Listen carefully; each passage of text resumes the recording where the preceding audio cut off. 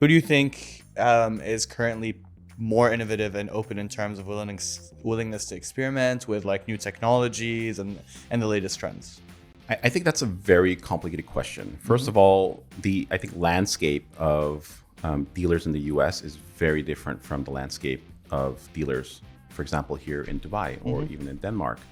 Number one, the scale is completely different, right? Okay. Working in a market like the US, the risks as well as the opportunity cost is much higher than if you would be here in Dubai or even Abu Dhabi.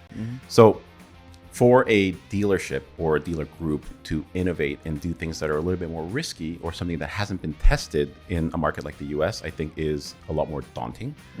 Here in the US, here in Dubai, for example, or in Europe, where the importer is the dealer, and they have a much closer relationship with the manufacturer and a lot more control over what happens in the market.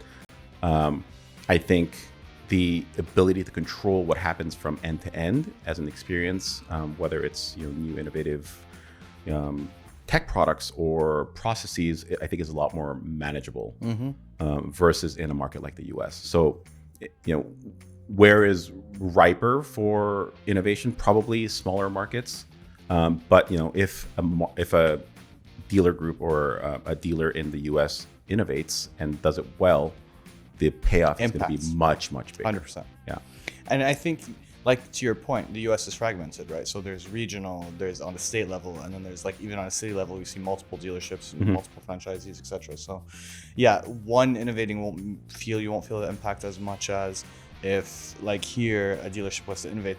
It's basically the entire country that's going and to here feel and that again other markets that are smaller, it's generally one size fits all. It's a homogenous society, one regulatory body.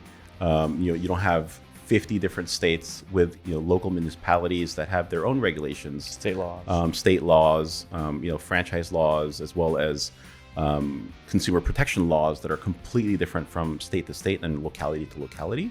So as a tech company like ours trying to launch into the US, I think it's very challenging to really understand all the nuances of every market, of every dealer, of every group, of every brand. The complexities are just, there's definitely going to be it's not even comparable.